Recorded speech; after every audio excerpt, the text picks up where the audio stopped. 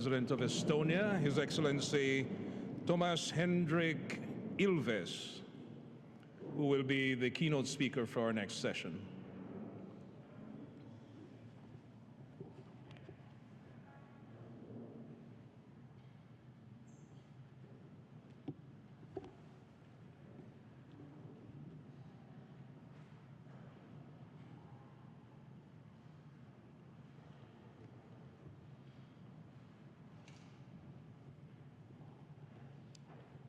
Thank you, ladies and gentlemen. And without further ado, we want to give a special welcome to President Ilves and invite him to deliver his keynote address.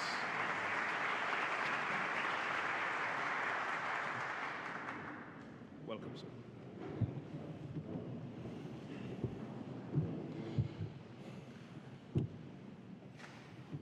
Buenas tardes. Hace 43 años que no se estudia español y tal vez hablo hoy en inglés.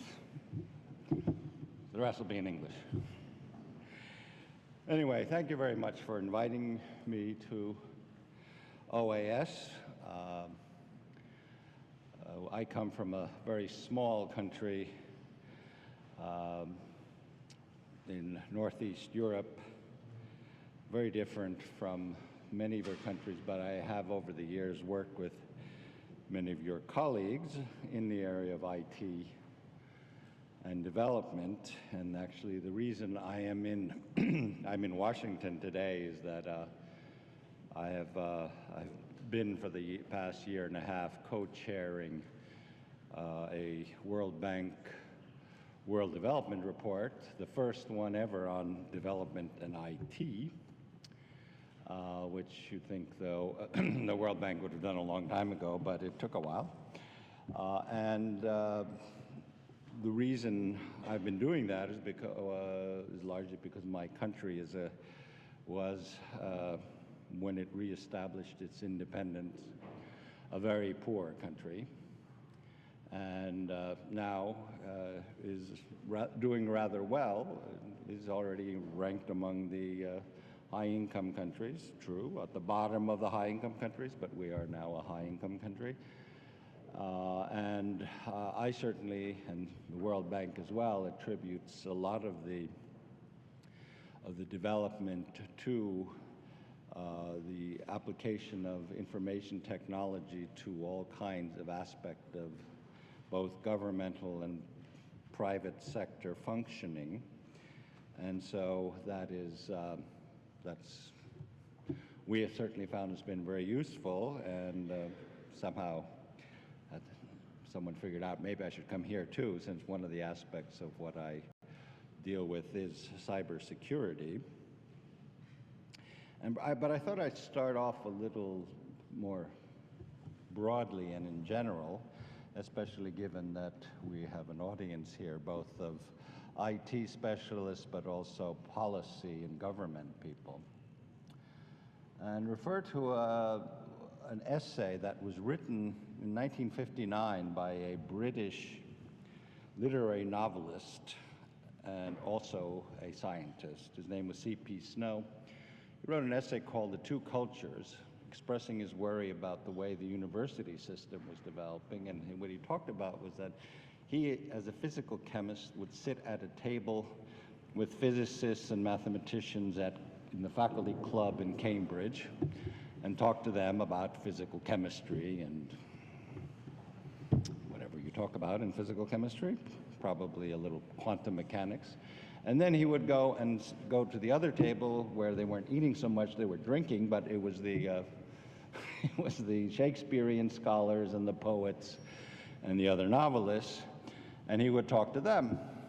And he said, but no one else at the two tables could ever talk to each other.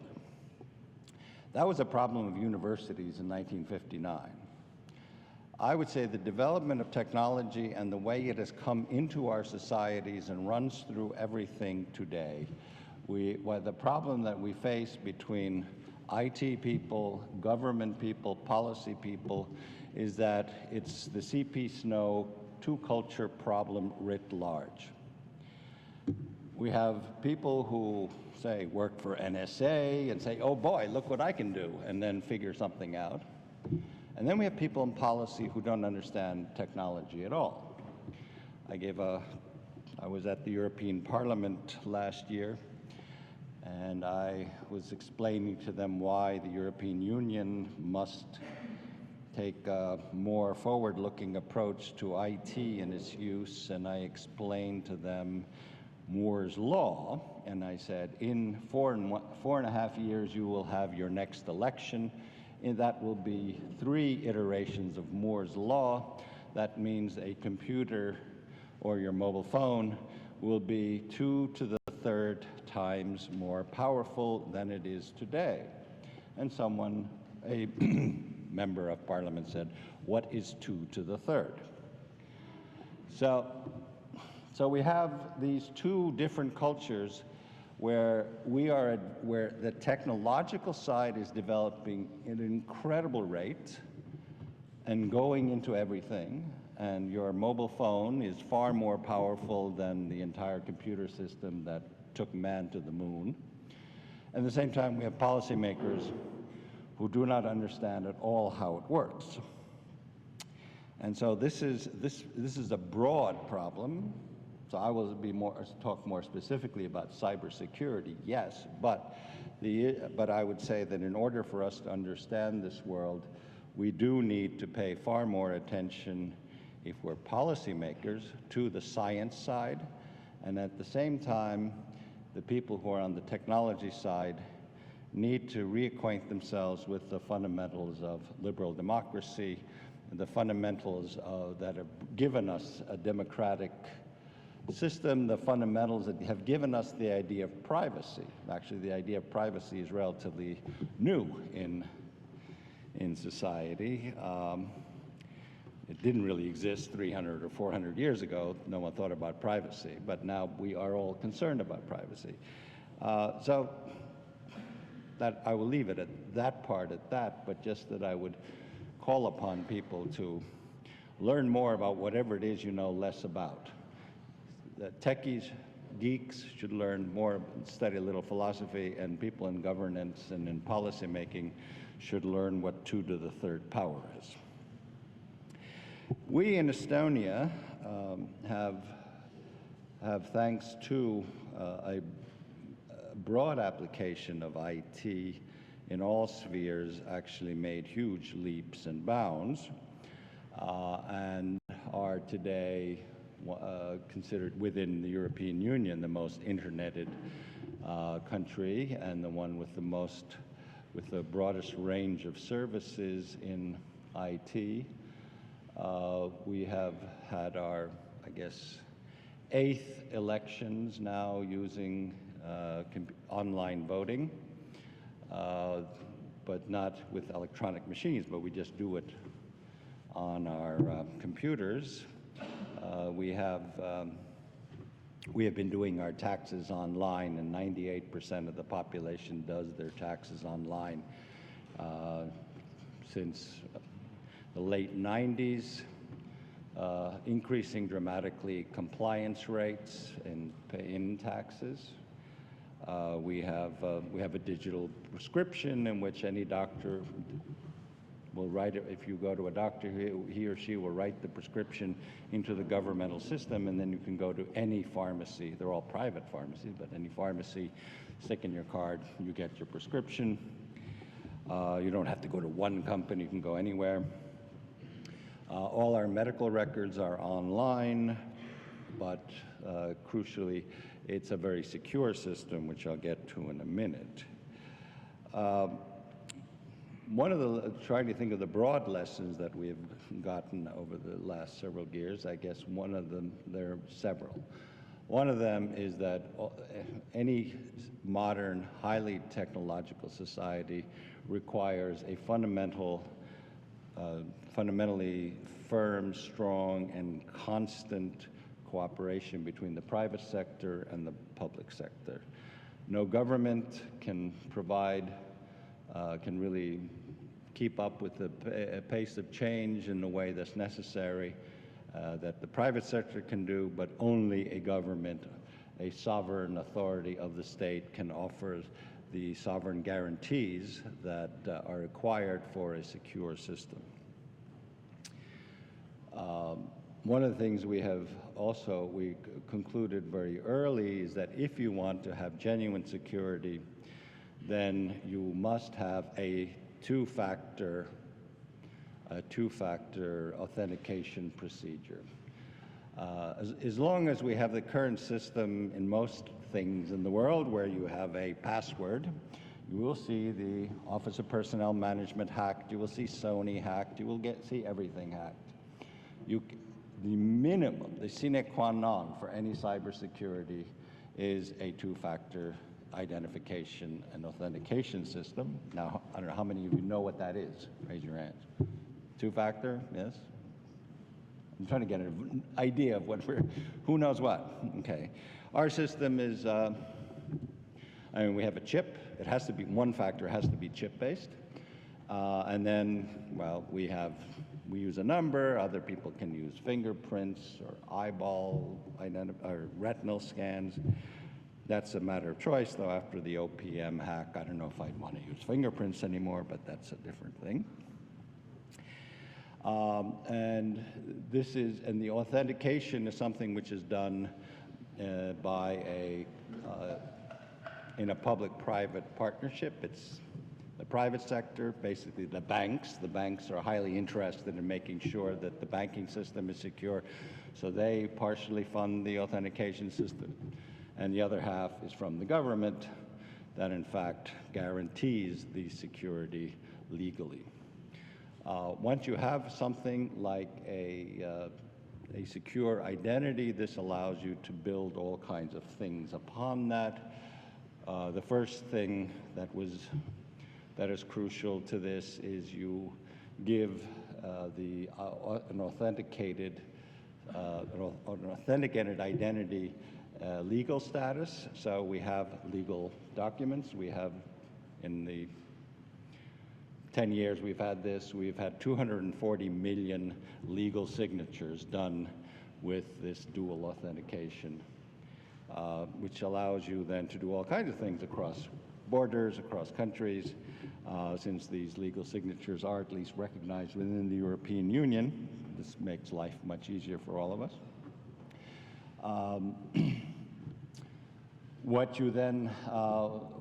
The other part that we have focused on, I guess computer science was called the back end, but what we have done, and if I get too technical, ask someone who knows what it means, but basically what we have done is create an enterprise service bus for the entire country so that all computers are connected to each other, and that the only way of access to the data in all of the different systems is using your two-factor ID. We didn't come upon this idea because we were such geniuses. We came upon this idea because in the late 90s, we were too poor to have a big server farm, but every ministry had at least a server, and the question is, how do we connect them all without having to build a huge server farm? So we came up with an enterprise service bus that in fact allows all computers to talk to one another.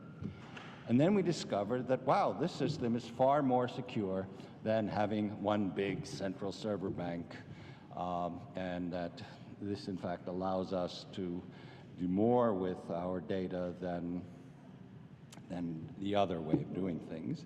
And so we have since then built this up. It's called the X-Road. If you want serious information on this, you can go to the homepage of the authority responsible for this. It's www.ria.ee, and then in the upper right-hand corner, there's a little thing that says ENG for English, because I don't think any of you know Estonian. And you can read there how it works, what are the characteristics. It's more for the geeks among you than among the policy people, but the policy people, you can ask your IT people what it all means and how it works.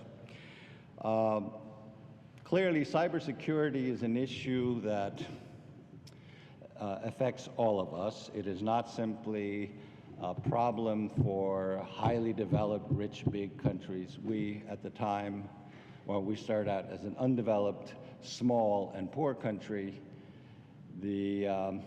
which didn't save us in 2007 from having massive cyber attacks. In fact, probably the first politically motivated cyber attacks in history took place against us in 2007 when we were inundated with a barrage of DDoS, that is distributed denial of service attacks,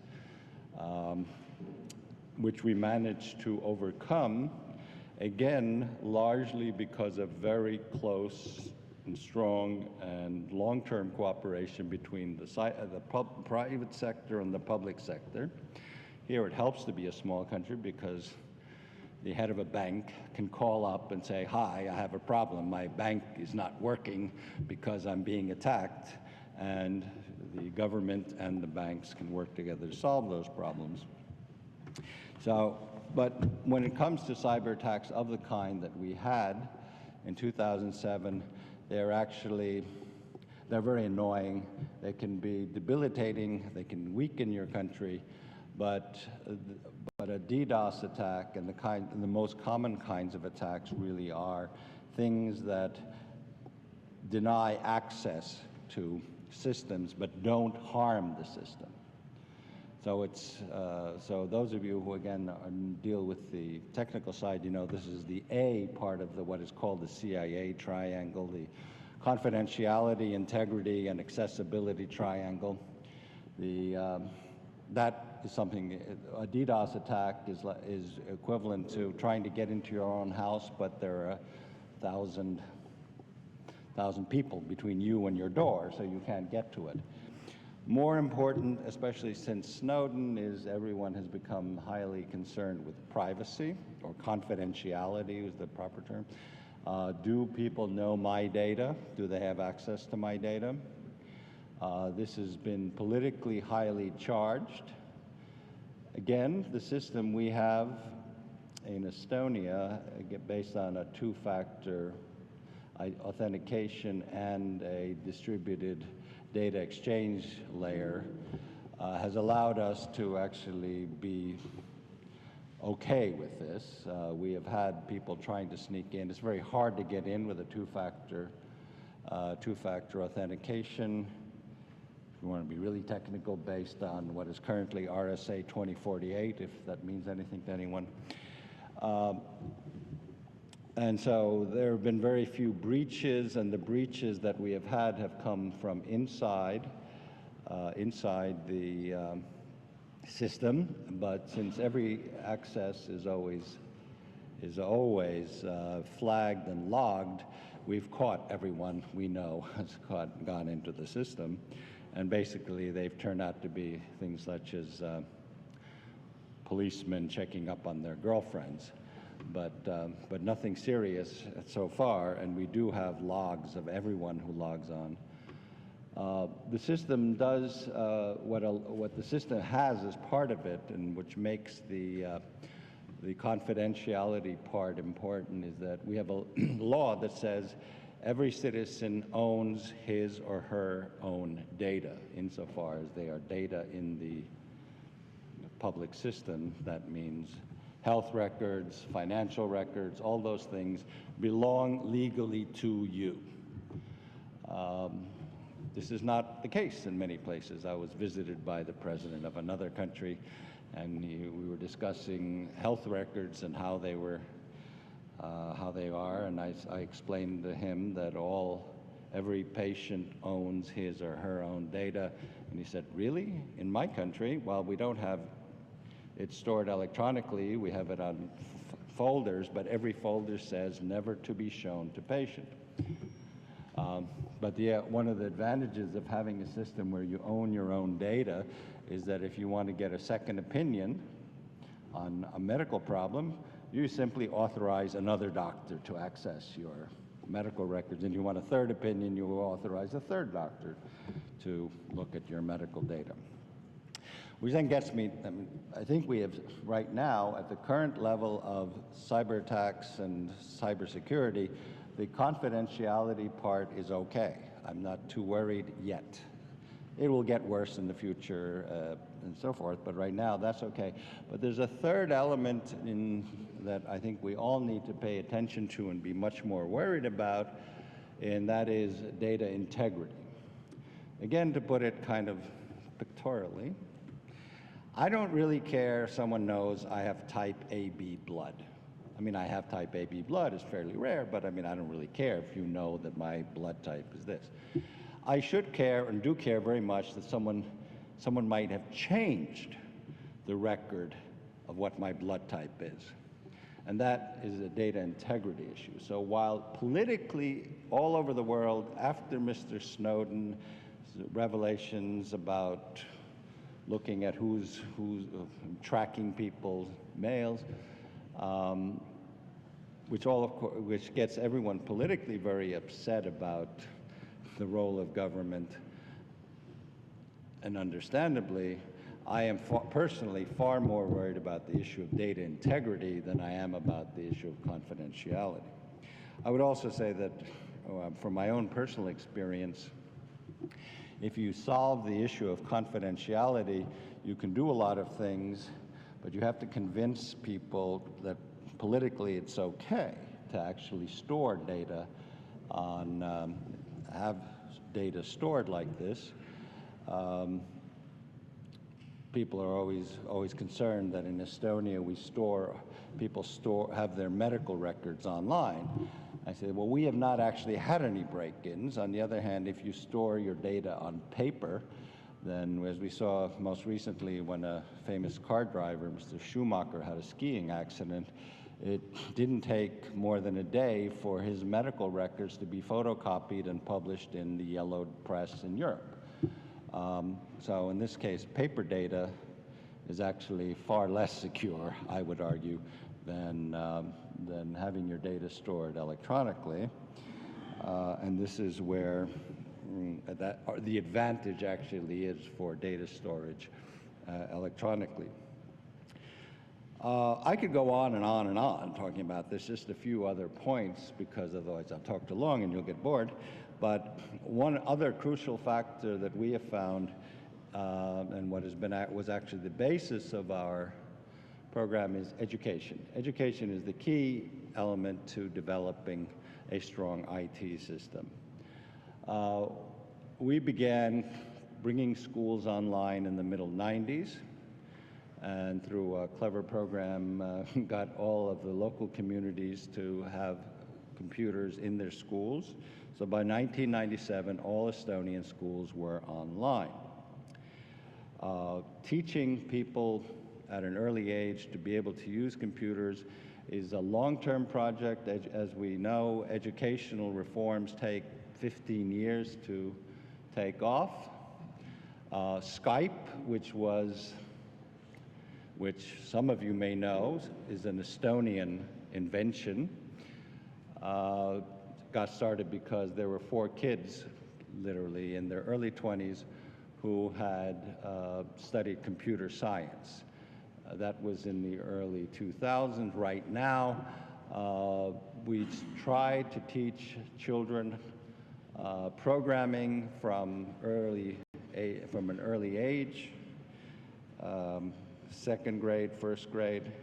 My own experience and why I've been a political and geek person my whole life is that I had a math teacher when I was 13, that was 48 years ago, I'm 61, who thought that it would be a good idea to teach 13-year-olds how to program, and I learned how to program in BASIC 48 years ago. It's almost half a century. And that knowledge has been with me ever since. And later on, when I was in college, I was programming in hexadecimal assembler.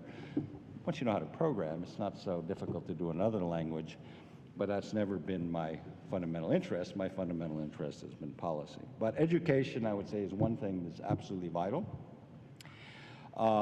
And for OAS, I should tell you that we actually have 12 people from Colombia, that is, not the university, but the country of Colombia, studying at a master's level on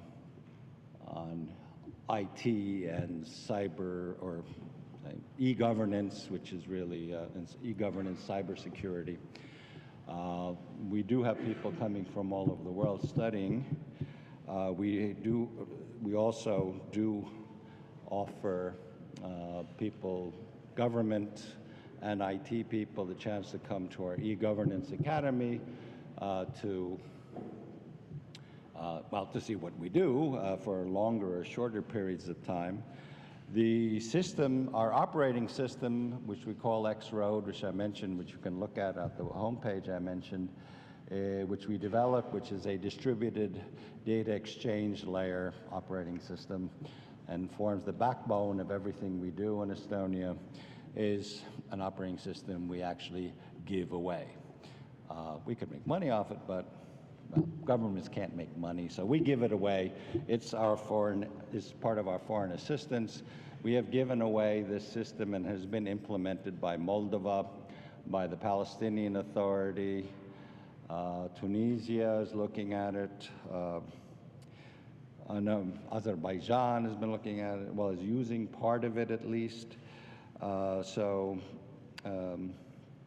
We have had visitors from the OAS countries, from Mexico, Brazil, Haiti, Bolivia.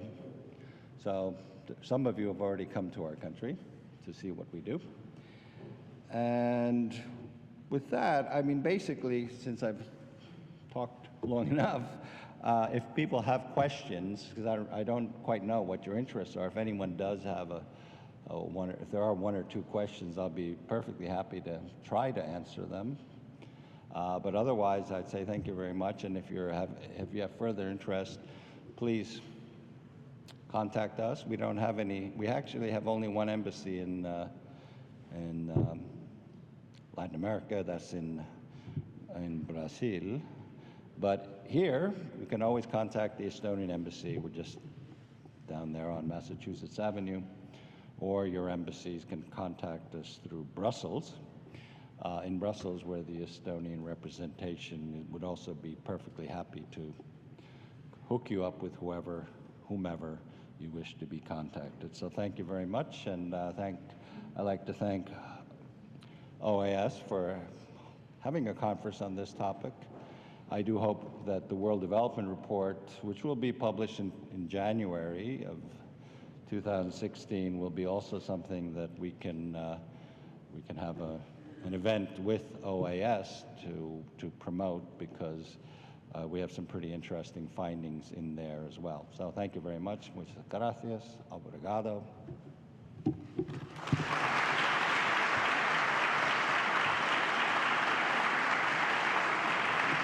you're going to take some questions? Yeah. Now, do you prefer to sit and use the microphone? Now, the President has kindly thrown it out there that anybody with any questions, he'll take some questions. It was very refreshing to hear from him, some of the perspectives he was able to share.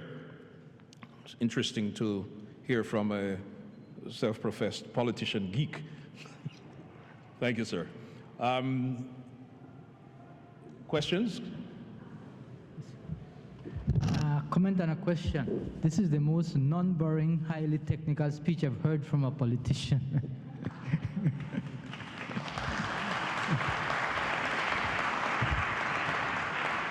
My question is, according to your operating system, you mentioned the XRO or operating system? The operating system, that means the distributed data layer. You said that's available for anybody for the asking?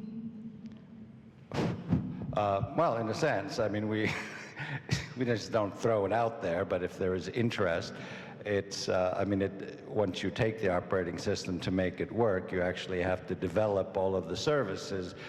So if you want to do e-voting, that's one service. If you want to do e-health, that's another. I mean, you develop in conjunction with your own system that you have. And it does assume it does not work unless you have a two-factor validation of identity. And it's not enough even to have simply two-factor validation. It has to be tied to the population registry. So that, I mean, so this is a problem we have with some countries in Europe that actually do two-factor ID, but it's not tied to a single person. Since it's personal data, then, I mean, we cannot, I mean, we have to know who it is who's accessing those data. But so if you have a two-factor identification system, secure, then you can use our operating system, or, well, it's not even operating, it's just a data exchange layer, but, and then you hook up various services to it. I mean, that's, but sure, if a country is interested, come and we'll show you how it works, and we'll give you a memory stick. And by the way, if you would identify yourself and the country and/or institution you're representing. I'm Santiago Paz, I'm from Uruguay, and I have one specific question about two-factor authentication. We just developed the electronic ID in Uruguay, and we really saw the example of Estonia. That is a great example. And my question is, because we have some doubt about the use of the electronic ID, for specifically for the private sector. How do you deploy driver software, and how about the citizens to use the electronic ID as two-factor authentication for banking sector or for other industry, not only the government? Well, for us, actually, one of the drivers of the ID was the banking sector. Well, if you want to secure a transaction with your bank, you log on with your ID, and we have all kinds of services that are private sector services that if you want a secure connection, then you use your ID. It's not just the government. In fact, I mean, we have government services such as, you know, prescriptions or so forth. I mean, even there, it's the private sector. It is every pharmacy then is connected to the system. So if you go to the pharmacy, you stick in your card, put in your number, and then the pharmacist knows you are you, and you get the medicine that is prescribed for you. So, I mean, if you browse on the web, you can see what we do. It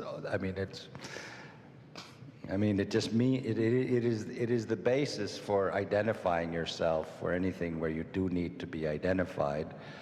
As I said, in the private sector, where it's used very extensively is in the digital signature. I mean, I don't know, I signed a contract last week. I was in Germany, actually. I mean, I was on a visit, and I had to sign a contract for my daughter's music education. So I did it digitally, and as I said, we've had 240 million digital signatures, and that's where the private sector does it all the time.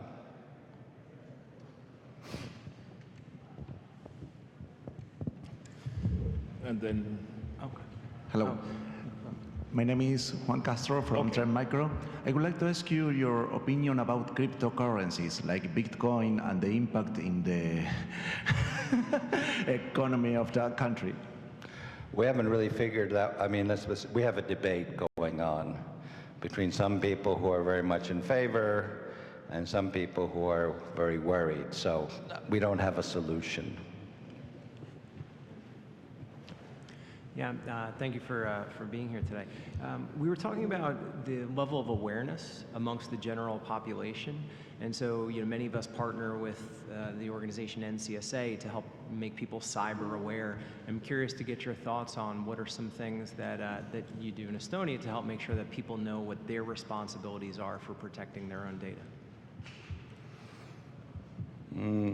Well, I guess because we're kind of a cyber-aware country, it's more discussed perhaps than other places. But since the basis of cybersecurity is and for our cybersecurity is the card or the two-factor identification. That means that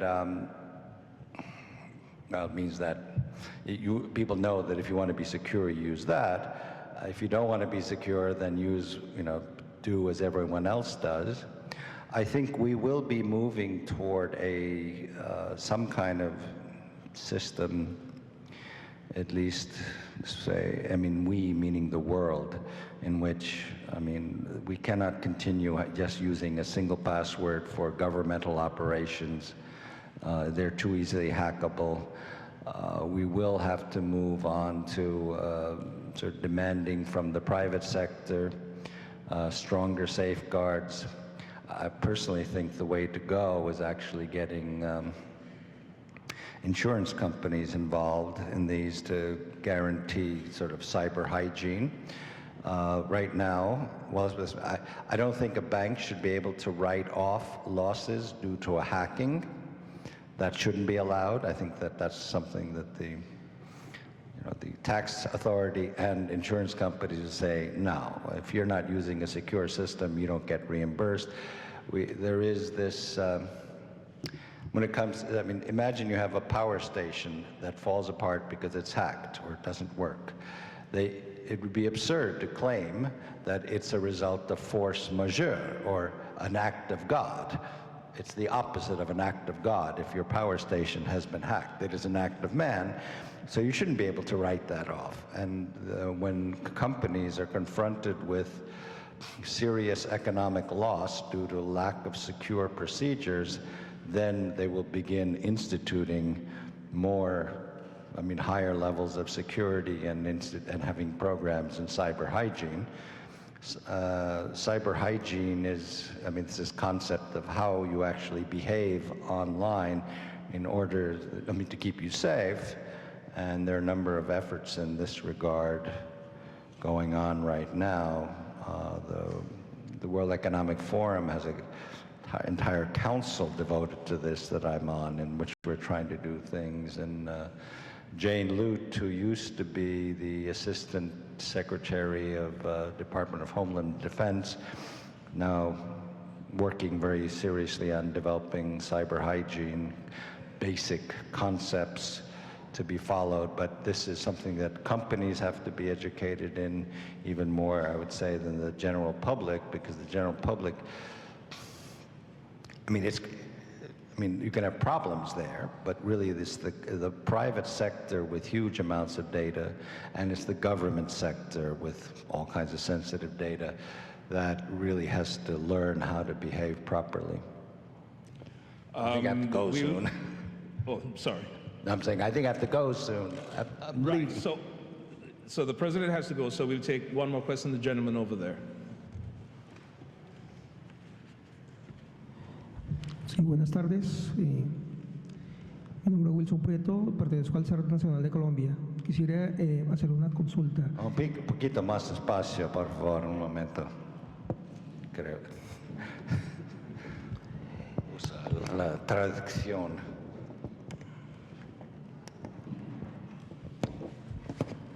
How does this work? Sí. Por favor. Ok. Mi nombre es Wilson Prieto, trabajo en el CERN Nacional de Colombia. En Colombia estamos en estos momentos haciendo el proceso de catalogación de infraestructuras críticas. Tengo entendido que el sistema que ustedes tienen, RIA, integra ese tipo de protección de infraestructuras. Quisiéramos saber cómo hace el proceso para esa protección, cómo lo integran ustedes directamente con el sistema.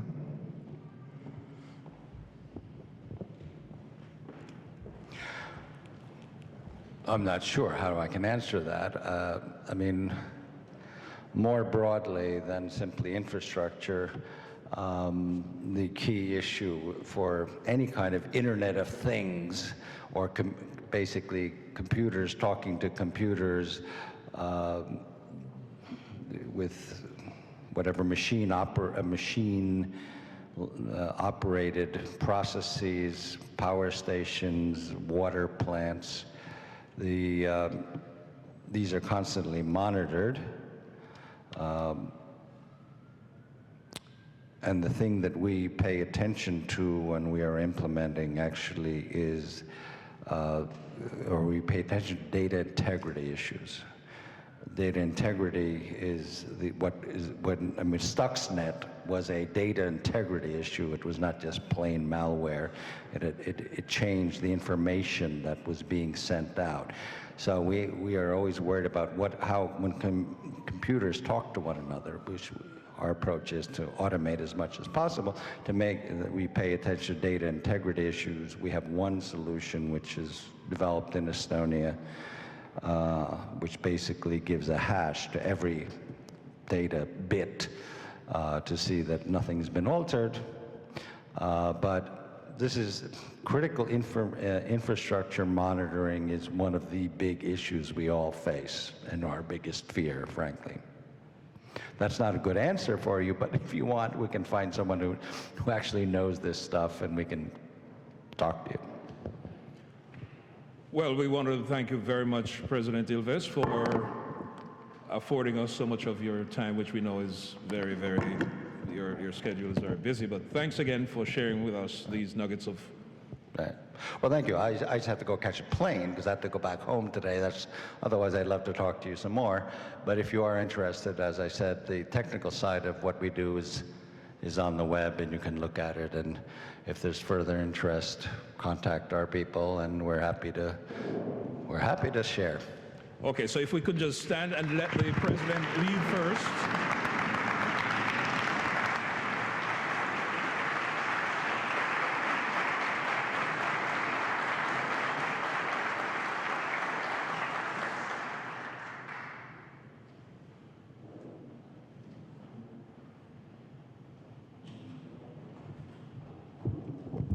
Okay, that was